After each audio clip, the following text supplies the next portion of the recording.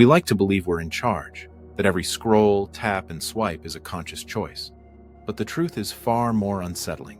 Even when we think we're using our phones, they're using us.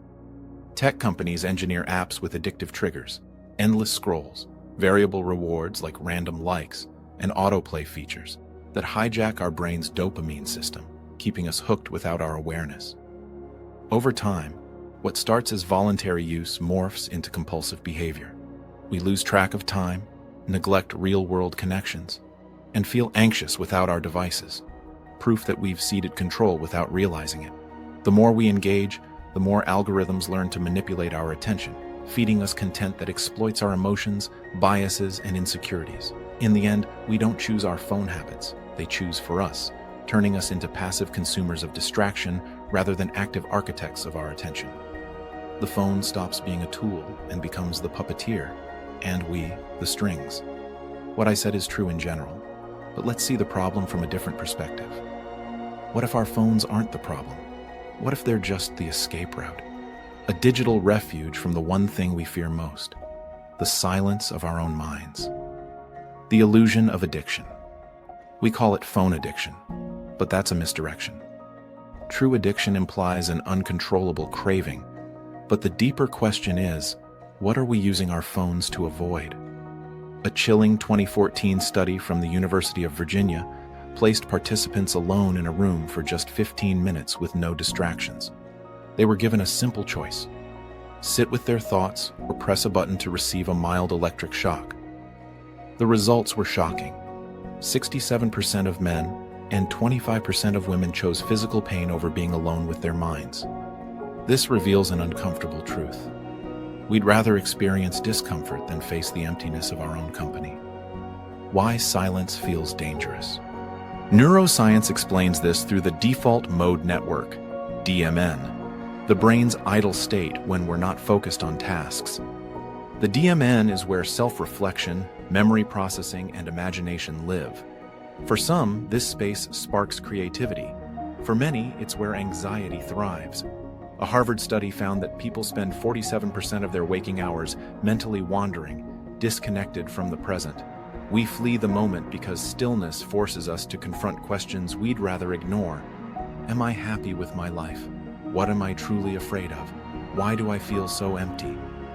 As philosopher Blaise Pascal observed centuries ago, all of humanity's problems stem from man's inability to sit quietly in a room alone. Our smartphones are simply the newest tool for an ancient human habit, avoiding ourselves. The proof is in our daily rituals. The elevator phenomenon. Watch people in an elevator. Within seconds, phones appear, even with no service. Why? Because standing silently with strangers, or our own thoughts, feels unbearable. The phone is a social shield. Phantom vibration syndrome. Nearly 90% of people have felt their phone vibrate when it didn't.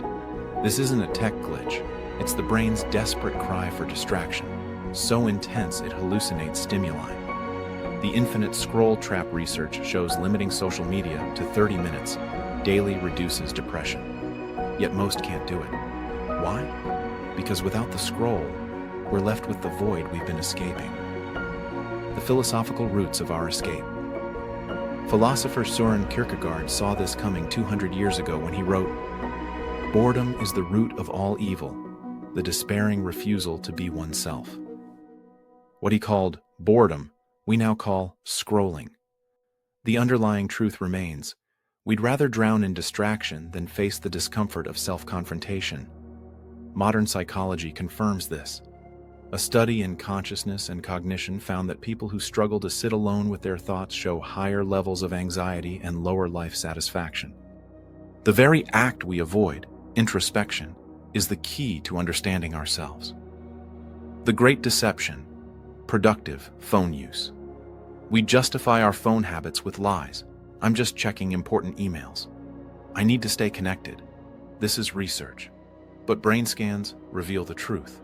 Every time we switch tasks, email to social media to news, we trigger a dopamine-driven reward loop that mimics addiction. Neuroscientist Dr. Anna Lembke explains, we're not choosing our phones. Our brains are chasing relief from discomfort, and our phones deliver it instantly. Even useful phone time often masks avoidance. Ever noticed how quick checks turn into 30-minute rabbit holes? That's not productivity. That's your mind fleeing from something deeper. Rewiring the avoidance cycle. Breaking this pattern requires more than willpower. It demands rewiring our relationship with discomfort. The 5-minute rule. When you reach for your phone, pause. Set a timer for 5 minutes and just breathe. Most cravings for distraction pass in this window, if you don't feed them. Question the urge. Ask, what am I avoiding right now? Stress? Loneliness? A difficult decision? Naming the emotion reduces its power. Schedule empty. Time, like exercise for the mind, deliberately spend 10 minutes daily doing nothing but thinking. No music, no podcasts, just you and your thoughts. At first, it feels agonizing. That's how you know it's working. The liberation of presence. Here's the paradox. The very discomfort we avoid holds the key to fulfillment. Studies on mindfulness show that people who practice daily solitude report higher creativity and emotional resilience. As psychologist Carl Jung warned, until you make the unconscious conscious, it will direct your life, and you will call it fate. Your phone isn't the villain. It's the mirror showing you where you refuse to look. Final truth. Put down your phone right now, just for 60 seconds. Feel whatever arises, restlessness, anxiety, boredom. That feeling? That's the edge of your personal growth. The choice is yours. Keep escaping, or meet yourself at last.